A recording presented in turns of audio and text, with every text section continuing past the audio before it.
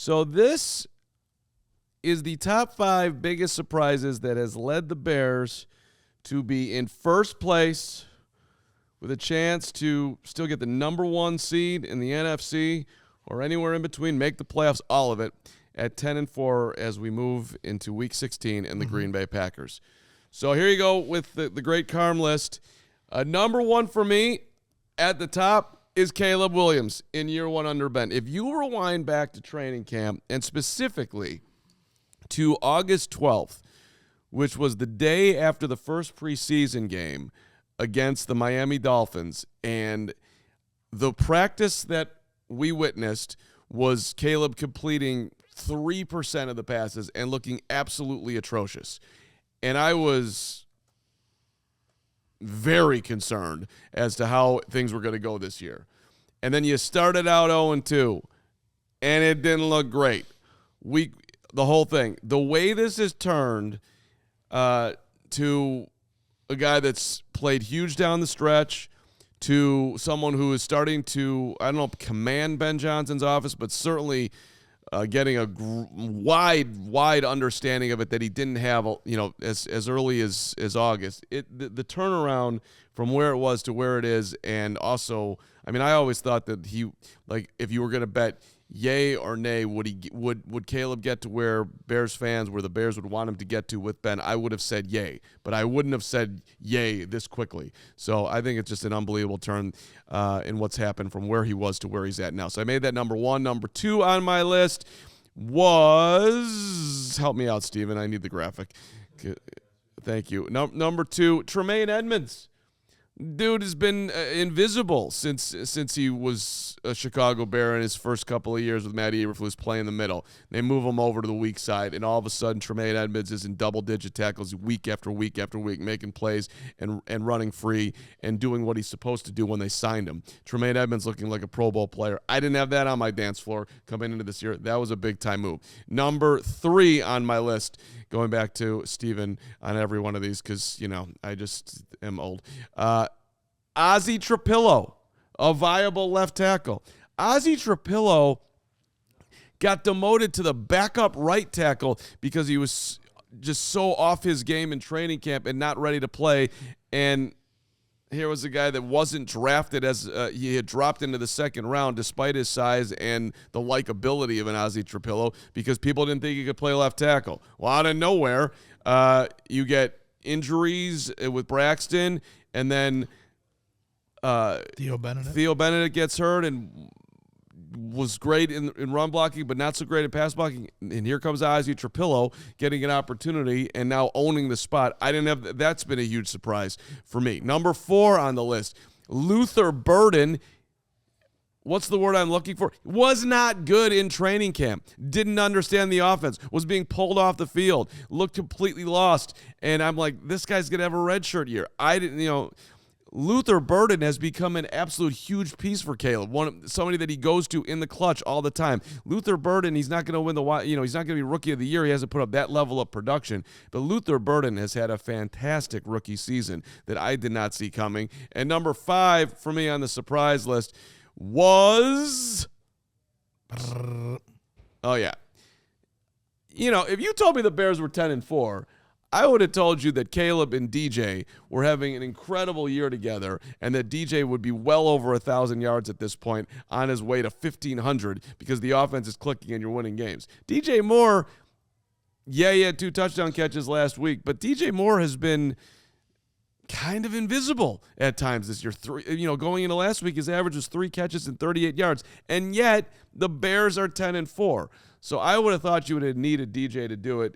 And he has been, I applaud DJ on his efforts and his attitude and the catch that he made last week in traffic and just the way kind of he's handled everything. But I didn't think that DJ, with those numbers, the Bears would be where they are. But here we are.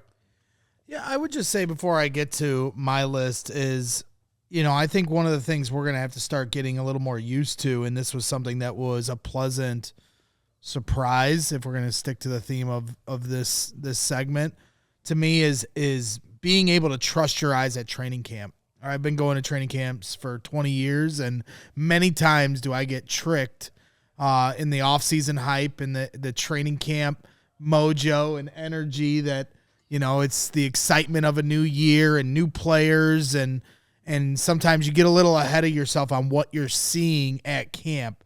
Whereas this year, I felt like a lot of the things we've seen at camp did translate into the season. So in terms of surprises off your list, I mean, we did see Tremaine Edmonds as a force during training camp. Both joint practices had an interception off Josh Allen and Tua. And then you saw, Luther Burden, you at least saw the ability early on. DJ Moore, however you want to define his year, you saw that he wasn't the first option or even the second or third option at camp. And that was something that I think we all flagged, going into the season. Now, Ozzie Trapillo being a viable left tackle, we didn't see that at camp because they pulled him off being left tackle one.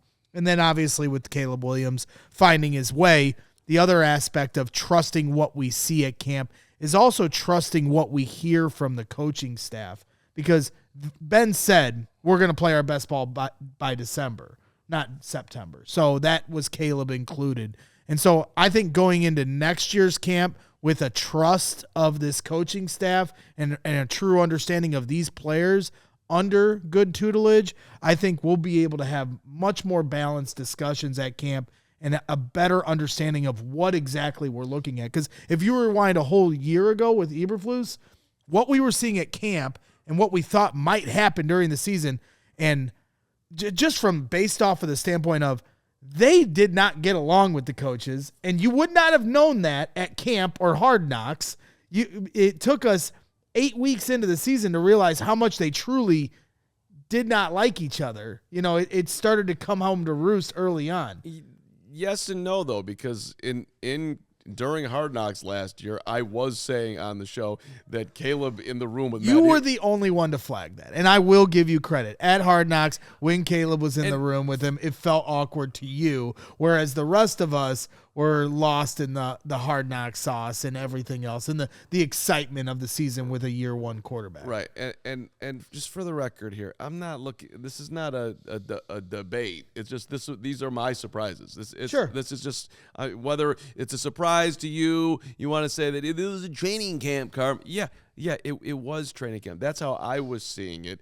And look, yeah. It's year one. I didn't say that it wasn't going to happen over time. I just didn't think that they would be this far along, which is why I picked them for 7 wins. I didn't think they were going to be 10-4, and neither did you, by the way. Even the most optimistic people out there, even my guy Rob Schwartz probably didn't think they would be 10-4 with a chance to go 13-4. But if you did, credit to you. But listen, they've come a long way in a very short period of time. So that being said, let's get into my list because I think that's a good segue, and I'll start from 5 and work my way down. You'll see the whole list here, but I'll start with the schedule being favorable because I think going into it, when you talk about did we think they could win 10 games, I picked them to win 9.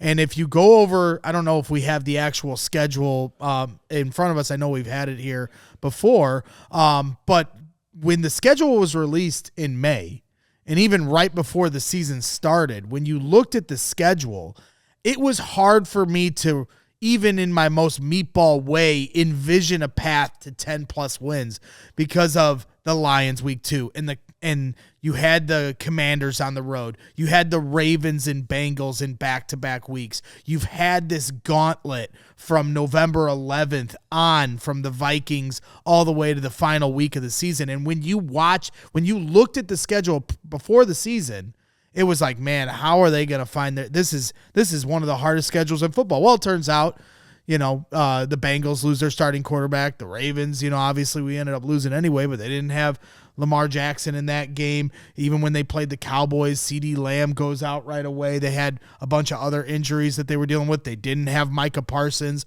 which we didn't know going into the season. And so that is why, for me, I always kind of take our May predictions on the schedule and even right before the season predictions with the schedule with a grain of salt, because there's so much context that is needed when you're picking week to week. So it's, to me, 2 different exercises. But for me, it has been a huge surprise how the schedule has laid out and how things have kind of fallen the Bears' way.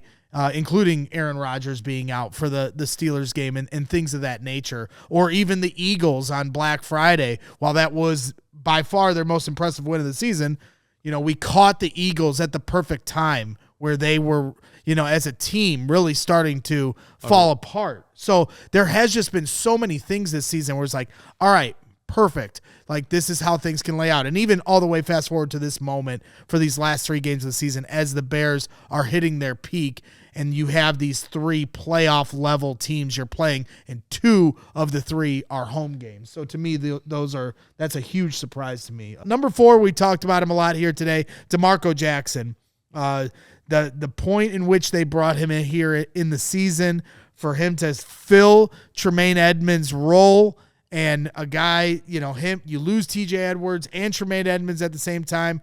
You could have added Amen Agbangbamiga to this, kind of dual capacity of these guys filling in. But I really wanted to highlight DeMarco Jackson, NFC Player of the Week. Shout out to him. He has just been a huge shot in the arm and helping really give this team a playoff push to kind of walk into a team. Yeah, you have familiarity with the head coach, but to walk into a team and make the impact he has. He could have won NFC Player of the Week a few weeks ago against the Steelers. He deserved it that week. So, maybe it was a surprise to some. He won it this week with a fumble, a sack and an interception, but maybe they were just making up for not giving it to him the week they did.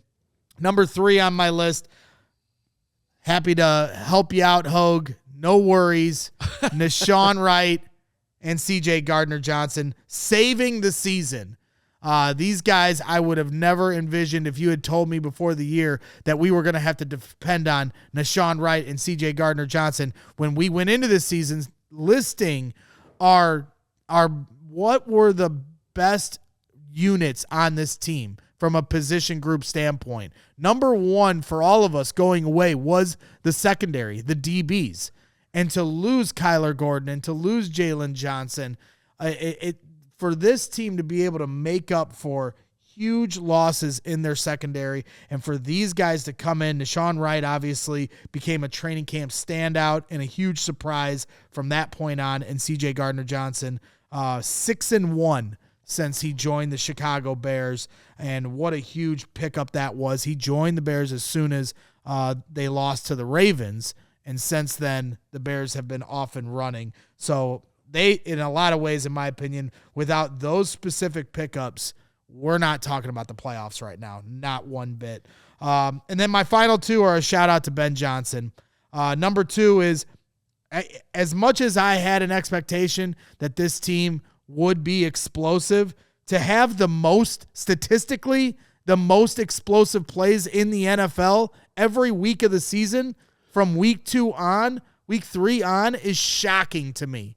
Absolutely shocking to me. And it continues to point to how much the untapped potential of this team going forward is, because the fact that Ben Johnson has been able to dial up explosive plays while this offense is still developing shows me just the kind of head coach and play caller that he is. And then finally, my number 1 shock is that they are the number 1 rushing team in the NFL. We all had questions about whether or not Ben Johnson was going to continue to roll with DeAndre Swift. DeAndre Swift obviously got replaced for Jahmyr Gibbs and David Montgomery in Detroit. Ben was there. How would that fit? Ben walks in, and now DeAndre Swift stays. You don't draft Ashton Genty in the first round. You don't get Travion Henderson in the second round. You don't get Cam Skattebo in the 4th round. And then all of a sudden, Kyle Monangai shows up in the 7th round, who some forward-thinking individuals might have been high on, but who would have thought that he'd be outplaying Ashton Genty at this point? And that is a testament to everything that, first and foremost, Ben Johnson and Eric Bieniemy, secondly, have done for this run game. I thought there was a potential they could be a top 15 unit. They are the best running team in football, and that is because they are outstanding coaches with, of course, an offensive line that is of elite caliber and Super Bowl worthy. So great list, but you have to explain to me how they're number 1 in rushing.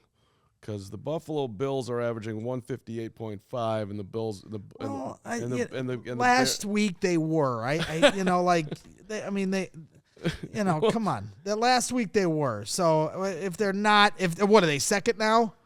Well, yeah, they're number 2. Okay, but for 5 weeks they've been number 1.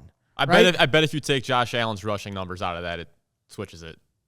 Okay. You're probably doing total team rushing. I'm not trying to nitpick, but I'm just like, they're number 1. They're not number 1, but they were though. Okay, they were. So I diehard and whatnot. I mean, it's a great list, and that you have compiled. I have some notable omissions that you guys left off. What are the notable omissions? Let's go. That's interesting because I honestly was having trouble finding a 5th.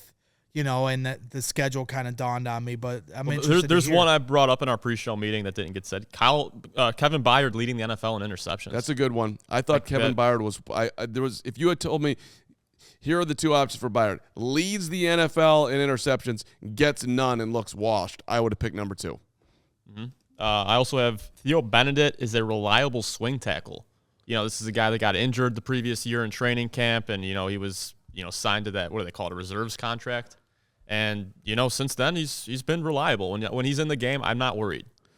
Also, top 5 offensive line, top 3, maybe even the best offensive line in the NFL. That's a great one. That was not on my bingo card. Listen, I knew Joe Thuney was going to be great.